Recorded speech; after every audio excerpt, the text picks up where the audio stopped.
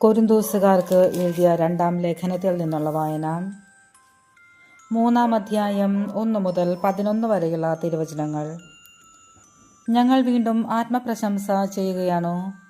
മറ്റു ചിലർക്ക് എന്നതുപോലെ ഞങ്ങൾക്ക് നിങ്ങളുടെ പേർക്കോ നിങ്ങളിൽ നിന്നോ ശുപാർശ കത്തുകൾ ആവശ്യമുണ്ടോ?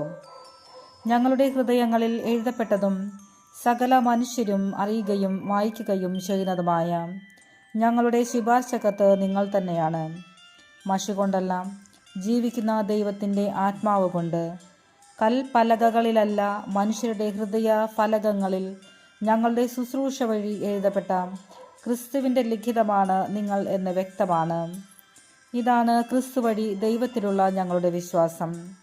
സ്വന്തമായി എന്തെങ്കിലും മേന്മ അവകാശപ്പെടാൻ ഞങ്ങൾ യോഗ്യരല്ല. ഞങ്ങളുടെ യോഗ്യത ദൈവത്തിൽ നിന്നാണ്. അവിടുന്ന് ഞങ്ങളെ എഴുതപ്പെട്ട നിയമത്താലല്ല, ആത്മാവിനാൽ പുതിയ ഉടമ്പടിയുടെ ശുശ്രൂഷകരാകാൻ യോഗ്യരാക്കിയിരിക്കുന്നു. എന്തെന്നാൽ എഴുതപ്പെട്ട നിയമം മൃതിപ്പെടുത്തുന്നു, ആത്മാവ് ജീവിപ്പിക്കുന്നു. കൽപ്പലകയിൽ എഴുതപ്പെട്ട മരണത്തിൻ്റെ നിയമം തേജസ്സിലാണ് നൽകപ്പെട്ടത്. ആ തേജസ് മങ്ങിക്കൊണ്ടിരുന്നപ്പോൾ പോലും ഇസ്രായേൽ ജനത്തിന് നോക്കാനാവാത്ത വിധം മോശയുടെ മുഖത്തെ ജ്വലിപ്പിച്ചു. അങ്ങനെയെങ്കിൽ ആത്മാവിൻ്റെ ശുശ്രൂഷ എത്രയേറെ തേജസ്സുറ്റതായിരിക്കും. എന്തുകൊണ്ടെന്നാൽ ശിക്ഷാവിധിയുടെ ശുശ്രൂഷ തേജോമയമായിരുന്നുവെങ്കിൽ നീതിയുടെ ശുശ്രൂഷ അതിനേക്കാൾ കൂടുതൽ തേജോമയമായിരിക്കണം. ഒരിക്കൽ പ്രശോഭിച്ചിരുന്നത് അതിനെ അതിശയിക്കുന്ന മറ്റൊരു ശോഭ മൂലം നിഷ്പ്രഭയായിത്തീർന്നു. മങ്ങിമറഞ്ഞു പോയത് തേജസ്സുള്ളതായിരുന്നുവെങ്കിൽ നിലനിൽക്കുന്നത് തീർച്ചയായും അതിനേക്കാൾ തേജസ്സുള്ളതായിരിക്കണം. ദൈവവചനമാണ് നാം കേട്ടത്. നമുക്ക് ദൈവത്തെ സ്തുതിക്കാം. വിശുദ്ധ മത്തായി എഴുതിയ സുവിശേഷത്തിൽ നിന്നുള്ള വായന. 11-ാം അധ്യായം 7 മുതൽ 15 വരെയുള്ള തിരുവചനങ്ങൾ. അവർ പോയതിനു ശേഷം യേശു ജനക്കൂട്ടത്തോട് യോഹന്നാനെക്കുറിച്ച് സംസാരിക്കാൻ തുടങ്ങി. എന്ത് കാണാനാണ് നിങ്ങൾ മരുഭൂമിയിലേക്ക് പോയത്? കാറ്റത്ത് ഉലയുന്ന ഞാങ്ങണയോ? അല്ലെങ്കിൽ വേറെ എന്ത് കാണാനാണ് നിങ്ങൾ പോയത്? മൃദുല വസ്ത്രങ്ങൾ ധരിച്ച മനുഷ്യനെയോ? മൃദുല വസ്ത്രങ്ങൾ ധരിക്കുന്നവർ രാജകൊട്ടാരങ്ങളിലാണ് ഉള്ളത്.